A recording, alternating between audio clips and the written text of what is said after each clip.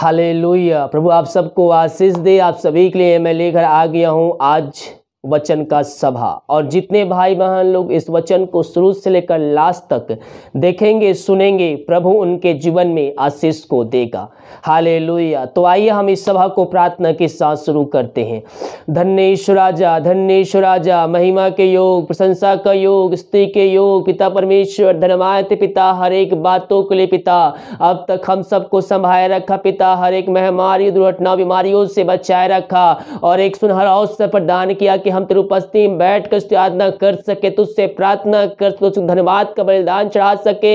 हम इस बात के लिए धन्यवाद देते हैं। जितने भाई बहन लोग इस वीडियो को देख रहे हैं पिता, वचन को सुन रहे हैं पिता परमेश्वर, उनके जीवन में स्वर्ग से आशीष उतरने पाए। जिस घर में वचन चल रही है पिता, वहां पिता परमेश्वर बंधन टूटने पाए, बंद रास्ते खुलने पाए, समस्याओं का समाधान इनके जीवन में इस वचनों के द्वारा मिलने पाए पिता परमेश्वर। हाँ प्रभु, जो आज वचन बोया जाएगा पिता, इनके हृदय में उतरने पाए। जो वचन वो पिता परमेश्वर मैं नहीं बल्कि मुझ में हो पवित्र आत्मा बातचीत करने पाए, ताकि सुनने वाले हर एक व्यक्ति पवित्र आत्मा के सामर्थ्य से परिपूर्ण हो जाए।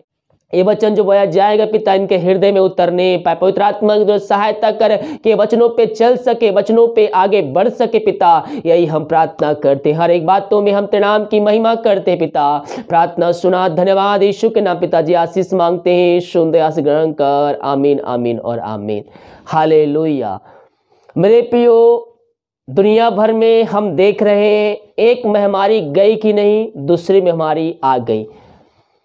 लेकिन बाइबल क्या कहता है, जब मेरा आना निकट होगा तो ये सब घटनाएं घटेगी, महामारियां आएंगी, भूकंप आएंगी और भिन्न प्रकार के कार्य होंगे। लेकिन मेरे प्रियो, अभी अंत नहीं होगा।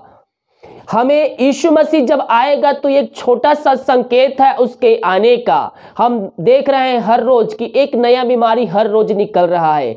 लेकिन मेरे प्रियो, धर्मी जन कैसे बच सकता है? धर्मी जन विश्वास में जीवित होकर आगे बढ़ सकता है। धर्मी जन इस महामारियों से बचाया जा सकता है जब वह वचनों पे चलेगा, जब वह आज्ञाओं पे चलेगा, तो प्रभु अपने लोगों को हालेलुया आशीष से देगा, अपने लोगों को सुरक्षाएं प्रदान करेगा। अगर आप उस महामारी में फंस भी गए तो आपको वहां से निकालने में वह सामर्थ्य परमेश्वर है। हमें मेरे प्रियो अपने आप को तैयार करना है। यीशु मसीह का आना निकट है, और उस आने के लिए जब वो बादलों पर आए तो हमें अपने आप को तैयार करना है।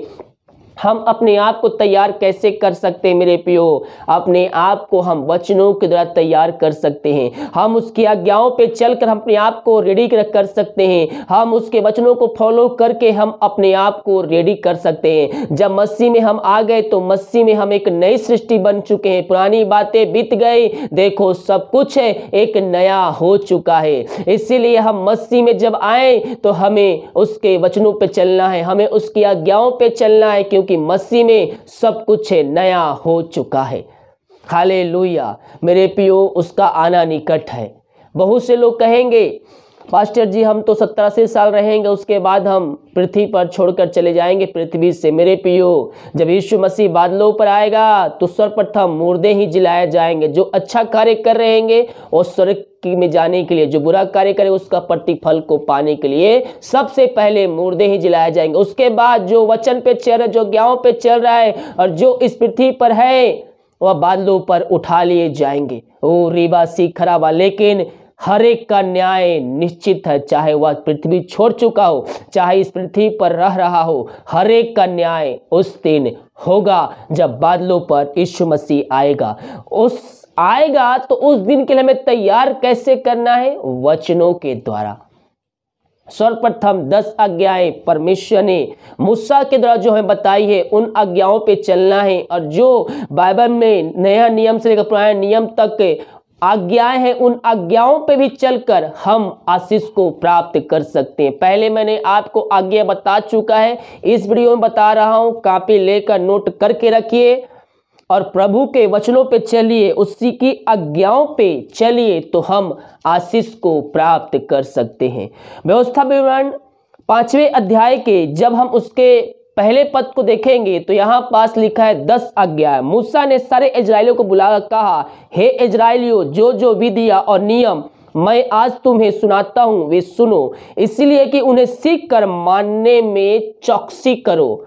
उसे सीखना है और उसके वचनों पे हमें चलना है, तो हम आशीष को प्राप्त कर सकते हैं। व्यवस्था बयान 5वें अध्याय के जब हम उसके 7 पद से देखेंगे तो यहाँ पर जो है पहला आज्ञा है, मुझे छोड़ दूसरों को परमेश्वर करके ना मानना। यहाँ वचन क्या कहता, मुझे छोड़ कोई दूसरे को परमेश्वर करके ना मानना। दूसरी आज्ञा है 8वें पद में, तू अपने लिए कोई मूर्ति खोद कर ना बनाना, ना किसी की प्रतिमा बनाना जो आकाश में या पृथ्वी पर या पृथ्वी के जल में है। तू उनको दंडवत ना करना, ना उसकी उपासना करना।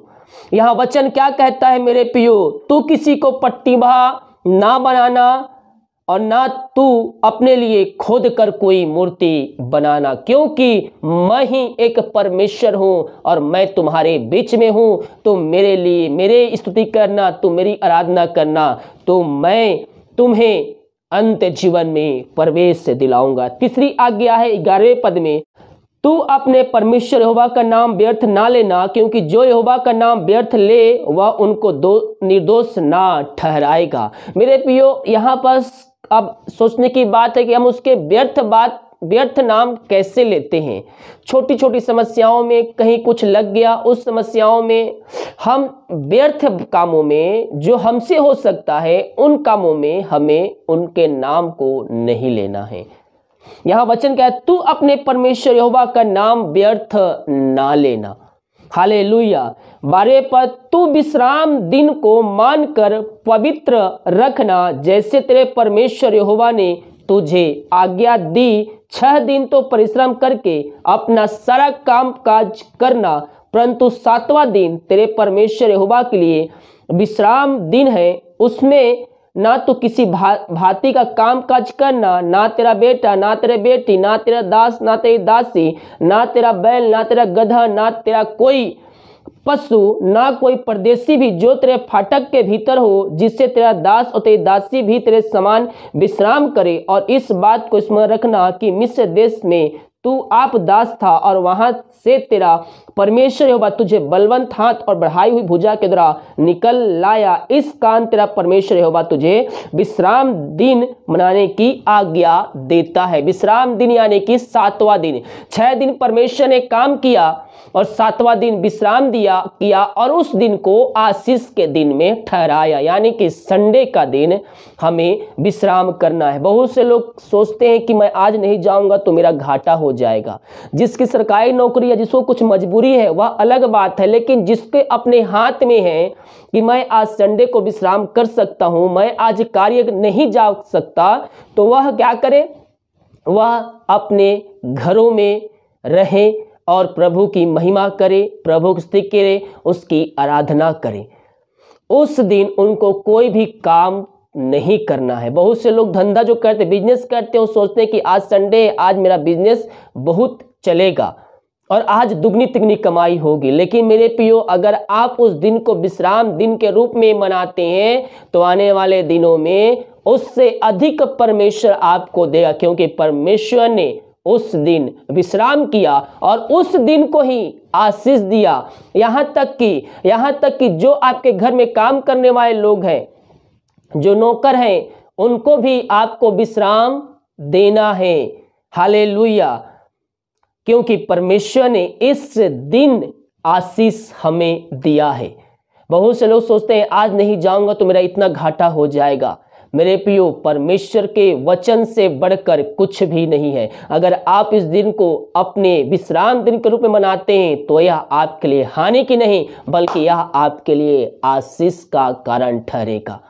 Glory to God. जिनकी मजबूरी है, जिनको जाना ही है, जॉब पे जाना ही है, हालेलुया। बहुत से नर्सिंग होम में काम करते हैं, बहुत से लोग सरकारी नौकरी करते हैं, उनको तो जाना ही पड़ेगा। लेकिन जिसको अपने हाथ में है कि मैं आज नहीं कर सकता, मुझको कोई भी रोकने वाला नहीं है, बोलने वाला नहीं है, तो आप उस दिन जरूर विश्राम करें। आप संडे को कोई भी काम ना करें।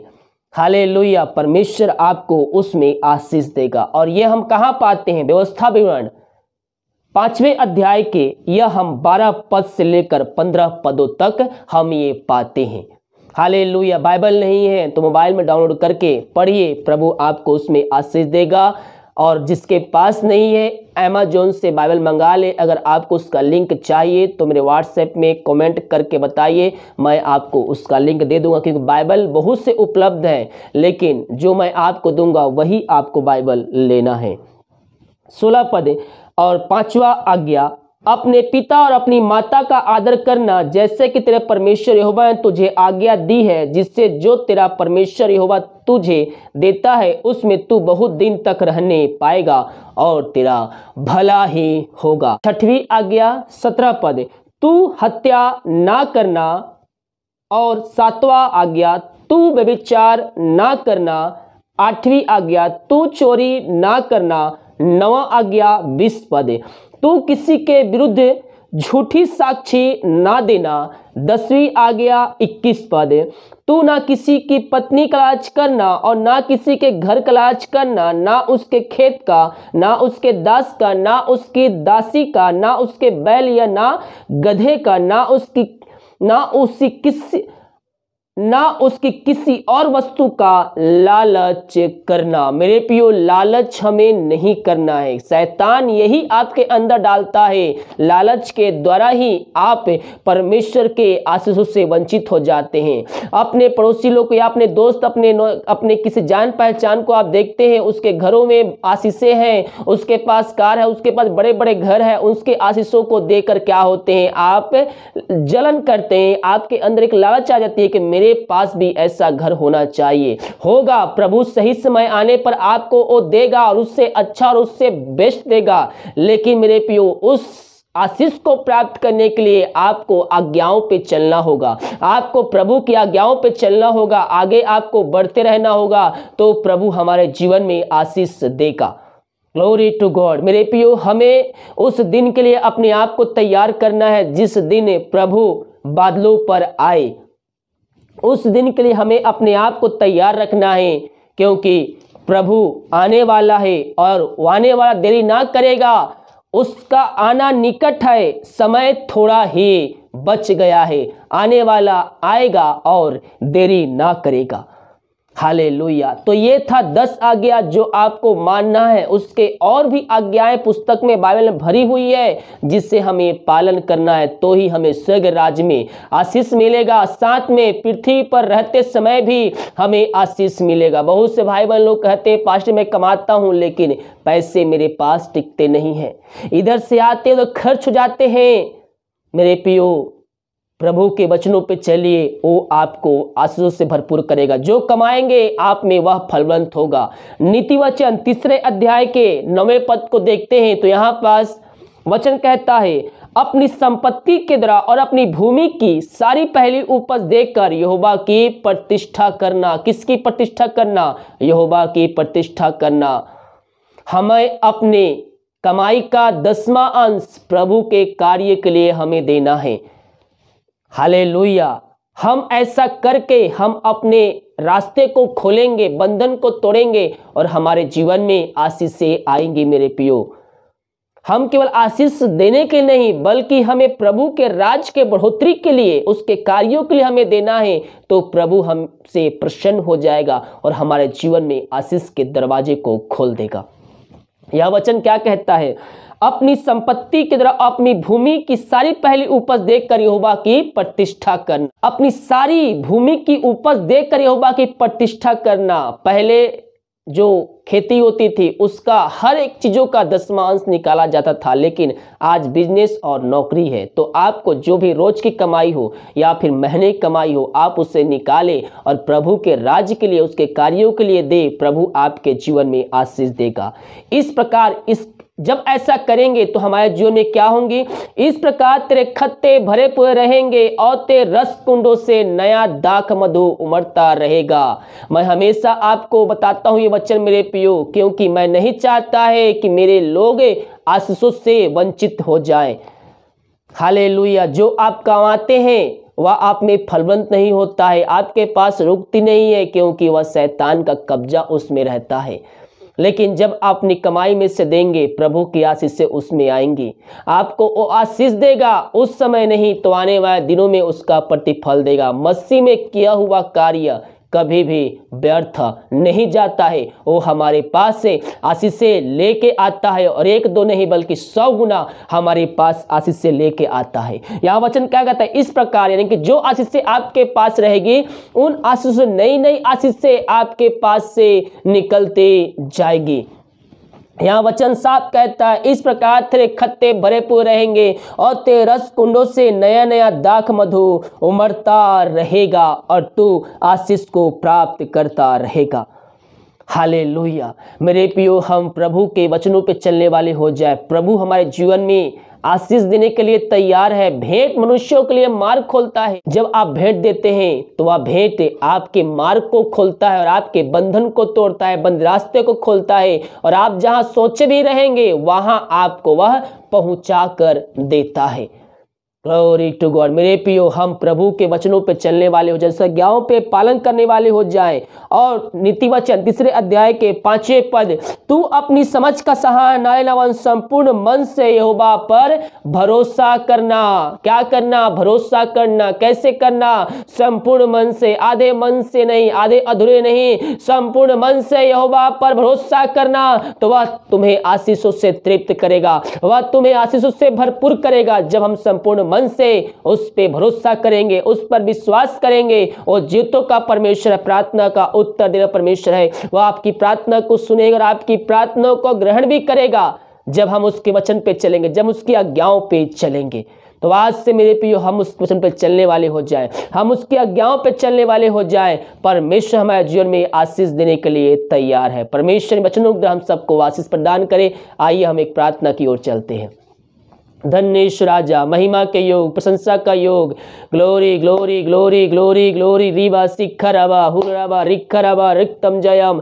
धन्यवाद यीशु, धन्यवाद यीशु, थैंक यू जीसस। महिमा के योग, प्रशंसा का योग, पिता परमेश्वर, धन्यवाद पिता इन सारे बातों के लिए।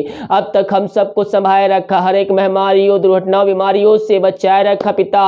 हम धन्यवाद पिता, ये सुंदर वचन के लिए हम धन्यवाद पिता। ये वचन जहाँ बोया गया है पिता, ये वचनों को इन सारे भाई बहनों का जीवन पूर्ण रूप से परिवर्तन होने पाए खुदावन। ये वचनों पे चलने वाले हो जाए। वचन जहां बोया गया है पिता, ये वचन उनके जीवन में कार्यशील हो जाए। वहां वचन के द्वारा पिता उद्धार आने पाए। हर एक पापी तेरी ओर फिर कर तुझको जीवन का उद्धार करता स्वीकार करने वाले हो जाए। तेरे वचनों पे चलने वाले हो जाए, तेरी आज्ञाओं पे चलने वाले हो जाए, तुझ पे विश्वास और भरोसा करने वाले हो जाए पिता परमेश्वर। पवित्र आत्मा के द्वारा सहायता प्रदान करके वचनों पे चल सके। वचन जो सुने हैं इनके जीवन 30 गुना 60 गुना 100 गुना फलवंत होने पाए पिता। ये वचनों के द्वारा हर एक भाई बहन चंगे होने पाए। जो बीमार है और तुझ पर भरोसा करके, तुझ विश्वास करके वो चंगे होने पाए, चंगे होने पाए। हर एक चिंताएं, बंधन इनके जीवन से टूटने पाए, बंद रास्ते नाम से खुलने पाए। इनके जीवन के रास्ते जो बंद जा रहे हैं पिता पुत्र पवित्र आत्मा की सामर्थ्य नाम में वह खुलने पाए। यीशु के नाम, यीशु के नाम, इससे घड़ी हर एक व्यक्ति चंगे होने पाए, चंगे होने पाए। चिंताएं जाने पाए, बंधन टूटने पाए, बंद रास्ते इनके जीवन से खुलने पाए। इसी घड़ी यीशु के नाम में हर व्यक्तियों को हम चंगाई की, छुटकारे की हम घोषणा कर। पिता पुत्र पवित्र आत्मा की सामर्थ्य नाम इन सारे भाई बहनों को हम आशीष के, चंगाई के, छुटकारे के घोषणा करते हैं। इन सबों को आशीष प्रदान किया, धन्यवाद। प्रार्थना सुना, धन्यवाद। यीशु के नाम पिताजी आशीष मांगते हैं, शुद्ध आज ग्रहण कर। आमीन आमीन और आमीन। हालेलुया। मेरे प्रियो, हम उसके वचनों पे चलने वाले हो जाएं। प्रभु हमारे जीवन में आशीष देने के लिए तैयार है।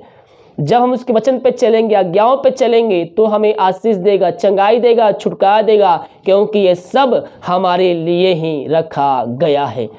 हम अपने आप को तैयार करें मेरे प्रियो। हम दुनिया भर में जो देख रहे हैं, एक देश दूसरे देश पर चढ़ाई करने की कोशिश कर रहा है। हालेलुया। ये सब उसके आने का एक चिन्ह है और ये संकेत है कि उसका आना निकट है। अपने आप को तैयार करे, कहीं ऐसा ना हो कि दुल्हा आ जाए और जो दुल्हन है वह तैयार ना रहे। यीशु मसीह आ जाए, हम तैयार ना रहे तो फिर हम उसके साथ कैसे जाएंगे। आज भी समय है अपने पापों से फिर कर उसके वचनों पे चलिए, उस आज्ञाओं पे चलिए, वो आपको आशीषों से भरपूर कर देगा। मेरा यीशु आपको आशीषों से भरपूर कर देगा। मेरा यीशु आपके बंधन को तोड़ डालेगा, बंद रास्ते को खोल देगा और आपको स्वर्ग राज में भी स्थान देगा। कौन? मेरा यीशु। आपका भी वही परमेश्वर है, आपका भी वही यीशु है। संपूर्ण मन से विश्वास कीजिए, वह आपको आशीषों से तृप्त करेगा। वीडियो को लाइक कमेंट कीजिए ताकि और भाई बहन लोग आशीष को प्राप्त कर सके। God bless you.